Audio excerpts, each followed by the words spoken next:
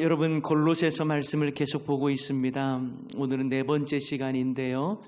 예수님은 누구신가 라고 하는 제목으로 말씀을 나누게 될 것입니다.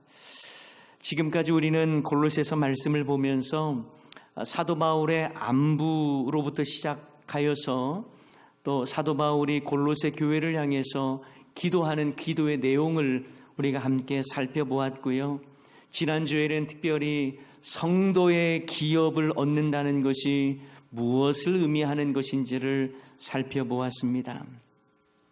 흑암의 권세에서 하나님의 아들 예수의 나라로 옮겨짐으로 소속이 달라졌다는 것, 예수 그리스도 안에서 속량 곧 죄사함을 얻어 의롭게 되었다는 점에서 우리의 신분이 달라졌다는 것, 이거 함께 살펴보았습니다. 자, 그렇다면 이 모든 일들이 그리스도 안에서 이루어졌다면 이 일을 행하신 예수님은 누구신가에 대한 그 내용이 오늘 본문 말씀 가운데 나와 있습니다. 사도 바울은 예수님이 누구신가를 전하면서 예수님은 영광과 존귀를 받으시기에 합당하신 분이라는 것을 설명하고 있습니다. 여러분, 하나님께서 영광을 받으시고 또 예수 그리스도께서 존귀와 영광을 받으시기에 합당하신 분이라는 걸 모르는 분 누가 있겠습니까? 그런데 여러분, 신앙생활을 할 때 보면 과연 내가 하나님께 영광을 올려드리는 삶을 살기 위해서 신앙생활을 하는지, 아니면 내 영광을 위해서 신앙생활을 하는지 돌아봐야 한다는 거예요.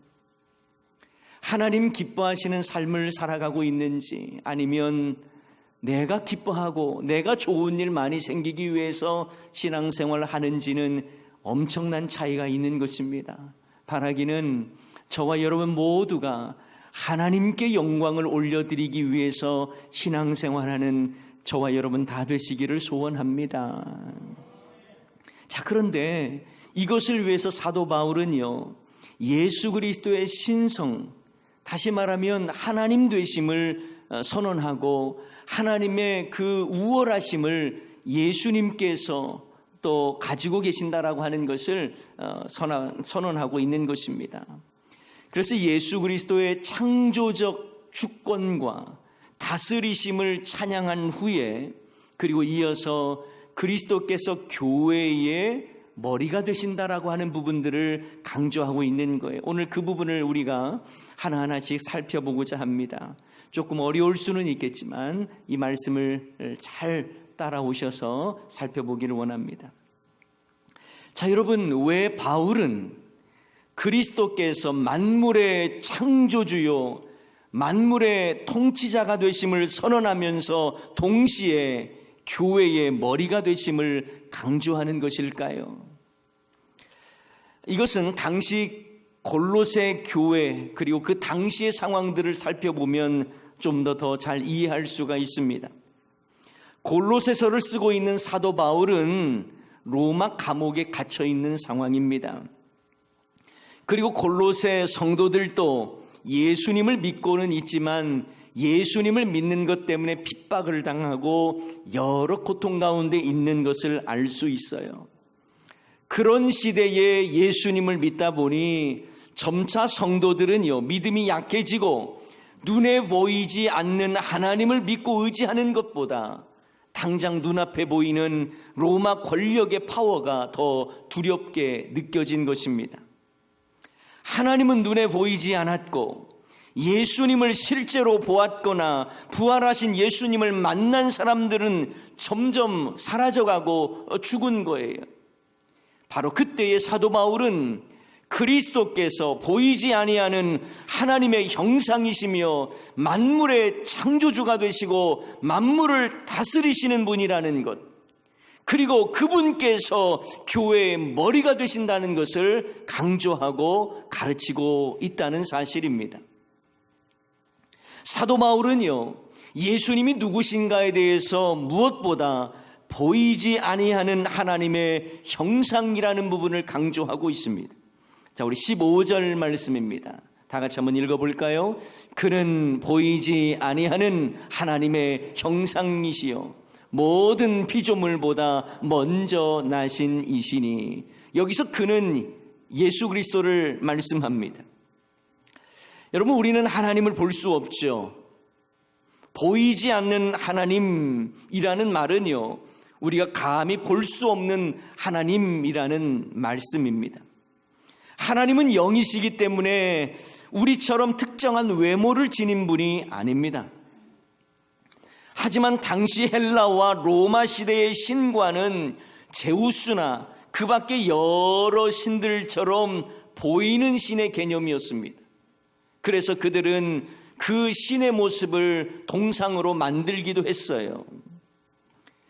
하지만 믿음의 사람에게는 하나님은 영이시기에 보이지 아니하시는 하나님, 그 하나님을 보이는 형상으로 만든다는 건 있을 수 없는 것입니다. 그러면 우상을 섬기는 것 아닙니까? 하나님은 영이시기에 우리처럼 눈과 코와 입과 같은 형상을 지닐 것이라고 생각해서는 안 되겠죠. 그렇다면 우리가 하나님의 형상대로 지음을 받았다라고 하는 이 창세기의 말씀은 무엇을 의미합니까? 여러분, 하나님의 형상이라고 하는 것은 하나님과 교제할 수 있는 존재로 지음받았다는 거예요. 그리고 의와 진리의 거룩함으로 지음을 받았다라는 것이 하나님의 형상을 따라 지음받았다라는 말씀이에요. 에베소서 4장 24절 말씀 한번 볼까요?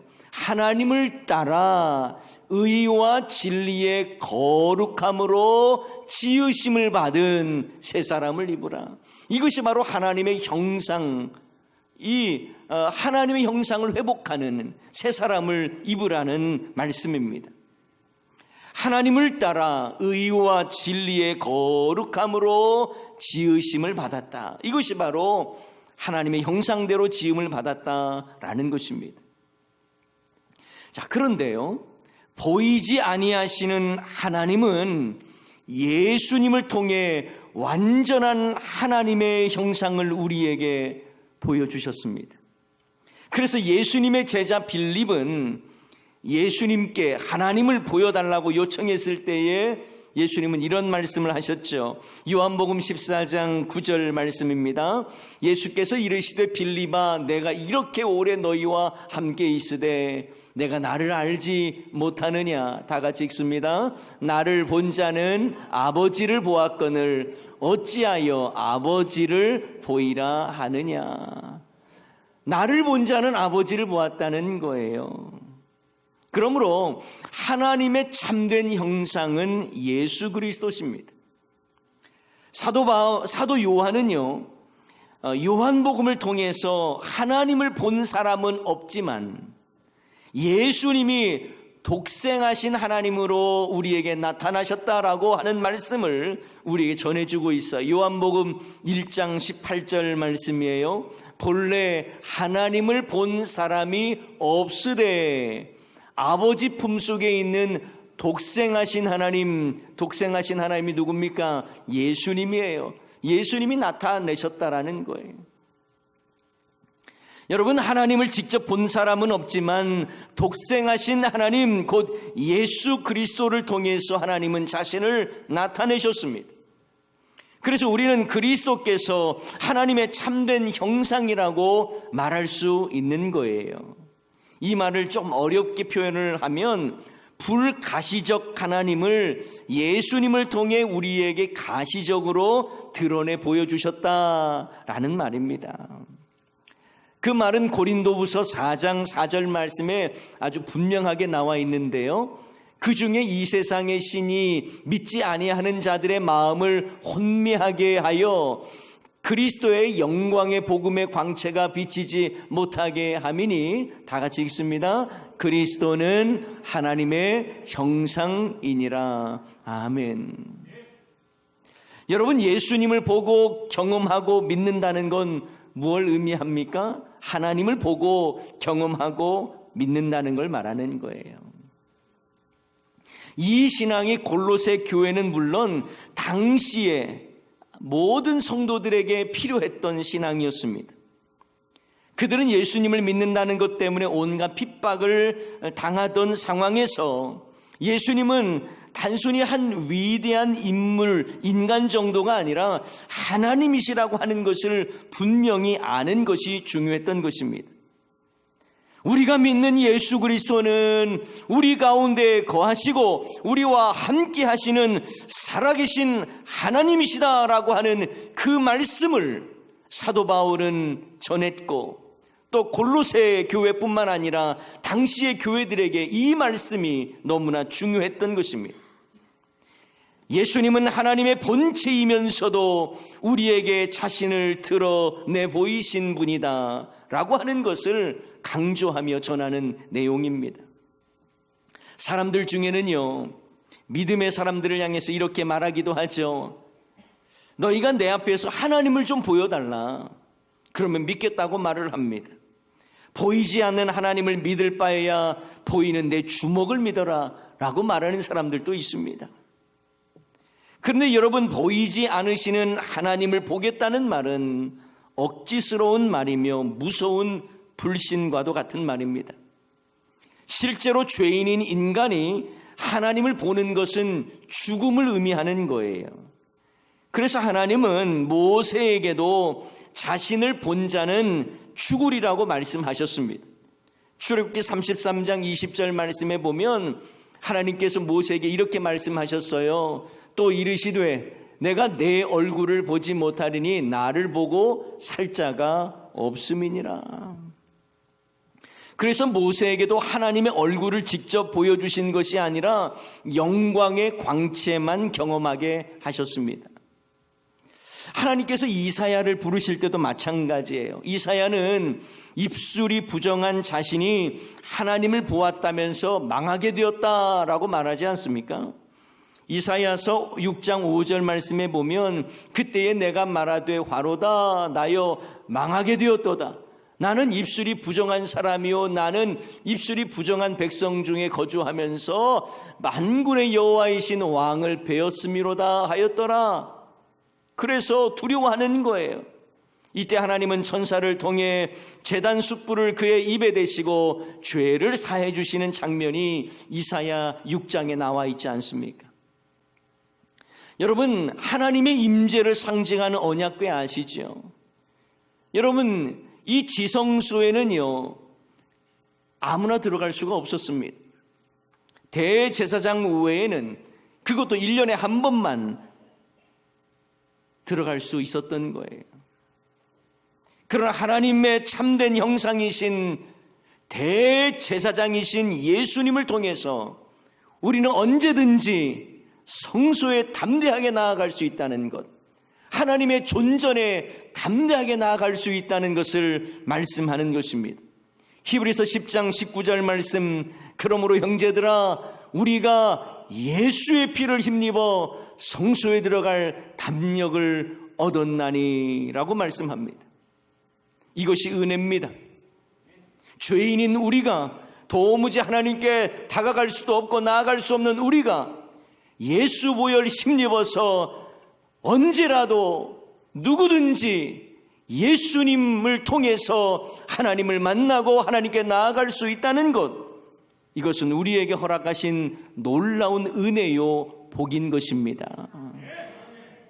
감히 볼 수도 없는 하나님을 예수님을 통해 만나고 그분을 영접하고 언제라도 하나님을 향해 나아갈 수 있다는 것, 하나님의 자녀로서의 놀라운 특권임을 믿으시기 바랍니다. 자, 두 번째로 예수님은 누구신가에 대해서 하나님의 참 형상이신 예수 그리스도는 만물을 창조하시고 만물을 통치하시고 운행하시는 분이라는 것을 우리에게 가르쳐 주십니다. 그 내용이 오늘 본문 16절 17절에 잘 나와 있습니다. 제가 읽어드리겠습니다. 만물이 그에게 창조되되 하늘과 땅에서 보이는 것들과 보이지 않는 것들과 혹은 왕권들이나 주권들이나 통치자들이나 권세들이나 만물이 다 그로 말미암고 그를 위하여 창조되었고 또한 그가 만물보다 먼저 계시고 만물이 그 안에 함께 섰느니라. 아멘. 이 말씀은 모든 만물이 예수님 앞에 굴복하고 예수님은 온 우주 만물을 창조하시고 통치하시고 다스리는 분이시며 예수님 안에서 만물이 유지되고 있음을 말씀하고 있는 거예요. 당시 성도들은 과연 예수님께서 모든 만물을 통치하는 분인지 의심이 가득했을 것입니다. 왜냐하면 로마의 거대한 위협과 핍박 속에서 교회 공동체는 너무나 초라하고 연약해 보였기 때문입니다. 예수 믿는다는 이유로 수많은 사람들이 잡혀 목숨을 잃었던 그 시대에 과연 예수 그리스도께서 만물의 주인이 되신다라고 하는 것이 믿어지지 않았을 수 있을 것입니다. 그래서 사람들은 예수님이 너무나 무기력한 분으로 생각되어져 신앙을 버리기도 했고 낙심하는 자들도 많았습니다. 게다가 골로새 교회를 어지럽히는 거짓된 교훈과 철학이 성도들을 미혹합니다. 신의 형상이라고 불리던 로마 황제의 보이는 신상이 곳곳에 설치되어 있었습니다. 현실적으로는 예수님보다 더 강력하게 보였을 로마 제국의 권력 앞에 그들은 위축되었을 것입니다. 이때 바울은 예수 그리스도에 대해서 전하면서 그분은 하나님의 참 형상이시요 만물의 창조주가 되시며 통치자가 되신다라고 하는 것을 선언하고 가르쳐주고 있는 거예요. 이 말은 무엇을 의미합니까? 낙심하지 말라는 거예요. 세상의 권력 앞에 무너지지 말라는 거예요. 궁극적으로 예수 그리스도께서 만물의 창조주가 되시고 다스리시고 통치하시기 때문에 너희들의 슬픔, 너희들의 문제, 현실의 고난, 이 모든 것도 주님의 손에 달려있다고 격려하면서 그들에게 낙심하지 말라는 메시지를 담고 있는 것입니다. 사랑하는 여러분, 어쩌면 지금 한국교회 현실도 거대한 세속주의와 또 개인주의와 물질주의에 물들어버리고 또 사회적인 비난 속에 위기를 맞고 있음을 부인할 수는 없습니다. 이런 중에서도 교회는 세상에 감동을 주어야 하는데 비난과 조롱의 대상이 되지는 않을지 걱정되기도 합니다. 요즘 초등학교나 중고등학교에 가면 한 반에 교회 다니는 학생이 한두 명에 불과해요. 한 명도 없는 반도 무척 많다고 하죠. 예전엔 교회 다니는 학생들이 전체 학생들의 거의 절반에 가까웠었는데 요즘은 교회 다니는 학생들이 마이너가 돼버려서 소수가 돼버렸어요. 눈치를 보는 실정이라고 하니 참 안타까운 일입니다. 사도 바울이 서신을 보내는 당시에도 마찬가지였어요. 당시 로마 제국에서의 기독교는 마이너에 속해 있었습니다. 그뿐만이 아니라 그들은 핍박을 당하고 있었습니다. 이런 상황에서 사도 바울은 골로새 교회를 향해서 예수님은 보이지 않는 하나님의 형상이시며 동시에 그분은 만물의 창조주요 통치자요 주관자 되심을 강조하는 거예요.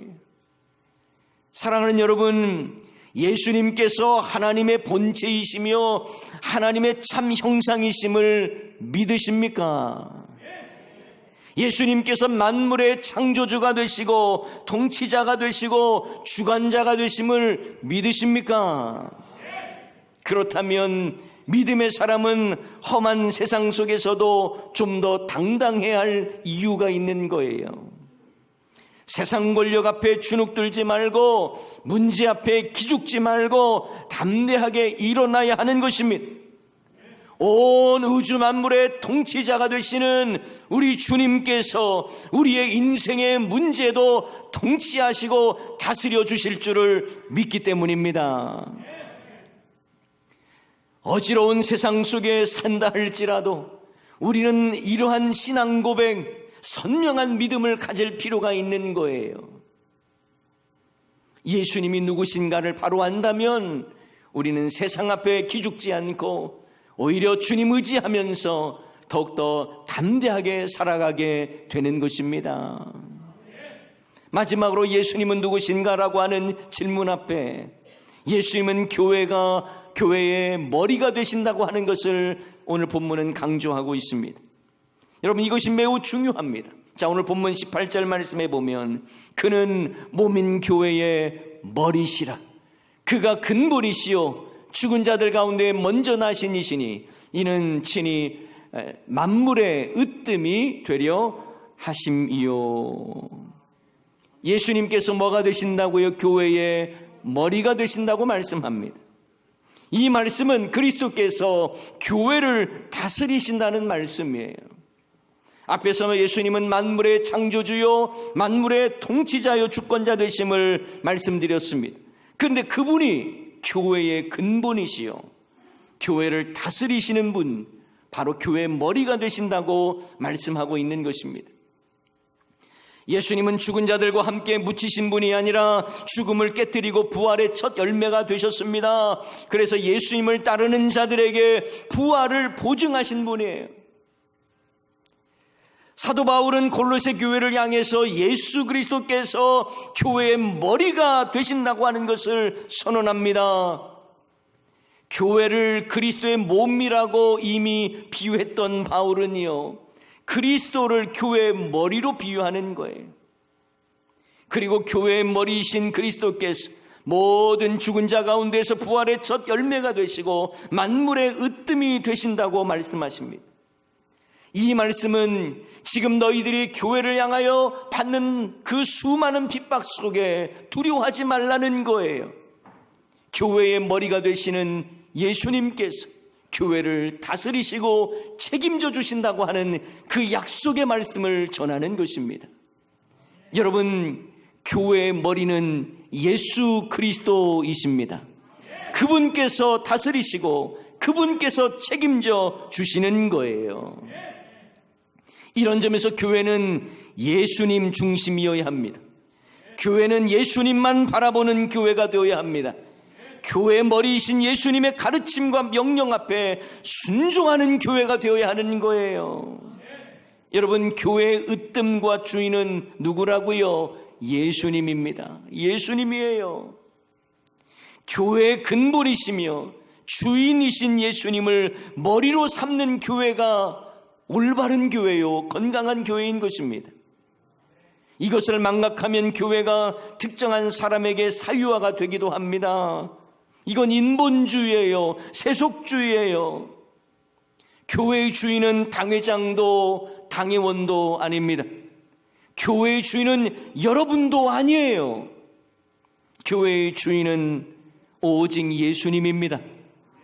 그러므로 이 땅의 모든 교회는 예수님을 주인으로 모시고 섬겨야 하며 그 뜻대로 순종해야 하는 것입니다. 이단들의 특징이 뭡니까? 한 사람의 교주를 신격화합니다. 그래서 그 사람이 아픈데도 아프다는 말도 하지 않습니다. 왜요? 자기는 신처럼 대우를 받아야 하기 때문에 그렇습니다. 병원에 가도 병원에 간다는 말 하지 않습니다. 왜요? 자신은 신이라고 대접을 받아야 하기 때문에 그래요. 이단들의 특징입니다. 특정 한 사람을 마치 교회의 전부로 여깁니다. 이단과 같습니다.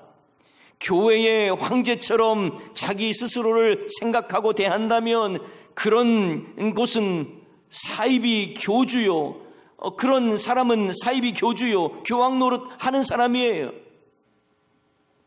그래서 하나님의 영광이 충만한 교회는 바로 예수 중심의 교회일 수밖에 없습니다. 오늘 본문 19절에도 보면 하나님 아버지께서는 모든 충만으로 예수님 안에 거하게 하시고라고 말씀하시는데, 하나님의 충만하심이 어떤 장수회나 다른 어떤 사람에게, 특정 인물에게 거하는 것이 아니라 오직 그리스도 안에 충만히 거하신다고 말씀하고 있습니다. 오직 예수 그리스도 안에서 하나님의 영과 말씀과 지혜와 영광이 온전히 드러나는 것입니다.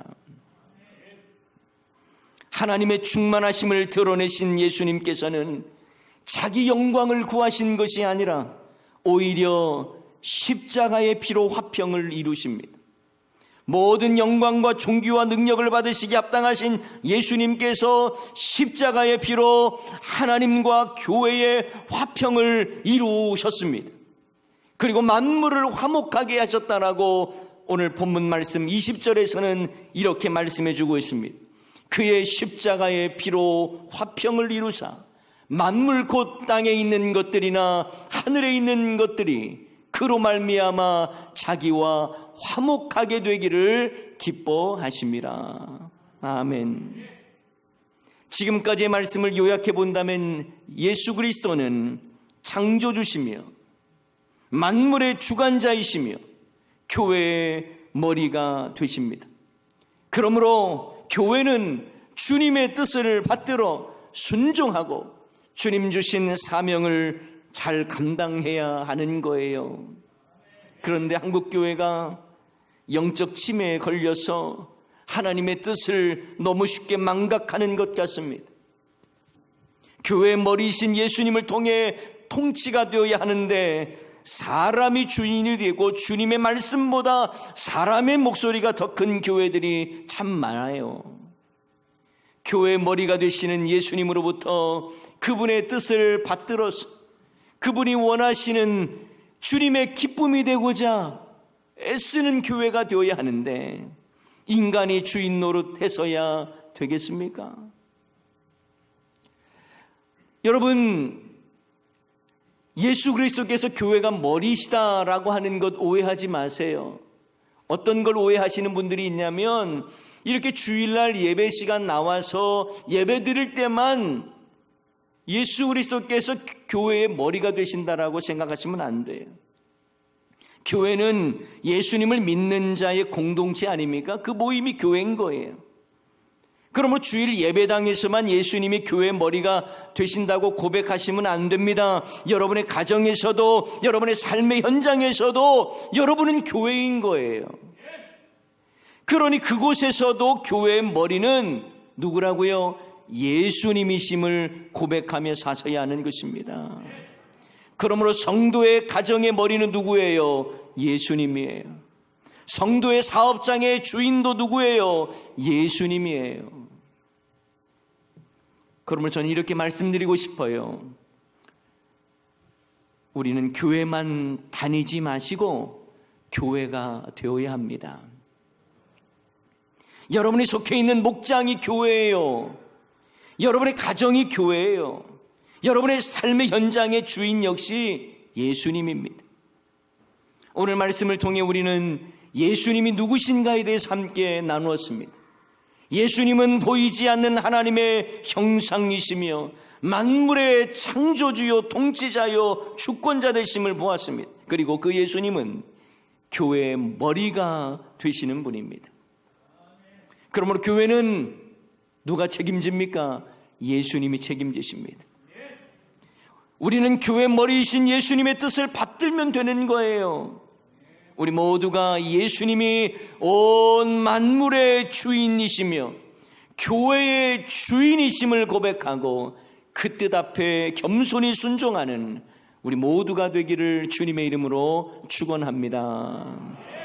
오늘 말씀 기억하면서 우리 함께 찬양하기를 원하는데요. 창조주 그리고 그 섭리를 통해서 교회를 세우시고 그 일을 통해서 이루어가시는 주님을 찬양하며 나아갑시다. 창조의 아버지, 창조의 아버지, 그 섭리 보이사 택하신 세대를 깨어 이 땅을 고치소서. 주의 크신 능력 만물이 사모하니 성령의 기름 부어 주사 이 시간 임하소서. 주 영광 여기 임하사 주 영광 여기 임하사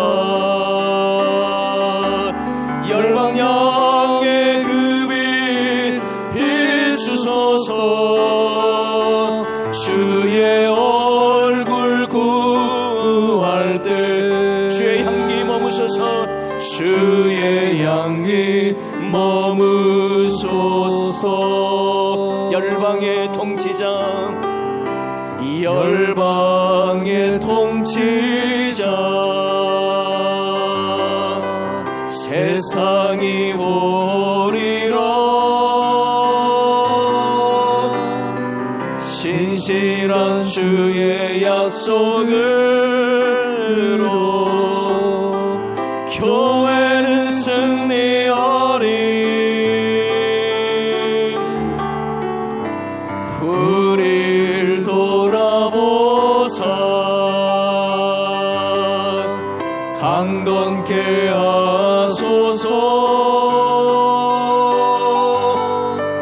연약한 모두 어서 재고 승리케 하옵소서. 주 영광 여기 임하사 열방 영의 급이 주소서. 주의 얼굴 구할 때 주의 향기 머무 주 영광 여기 임하사 주 영광 여기 임하사 열방 양의 급이 주소서. 주의 얼굴 주의 은혜 머무소서. 주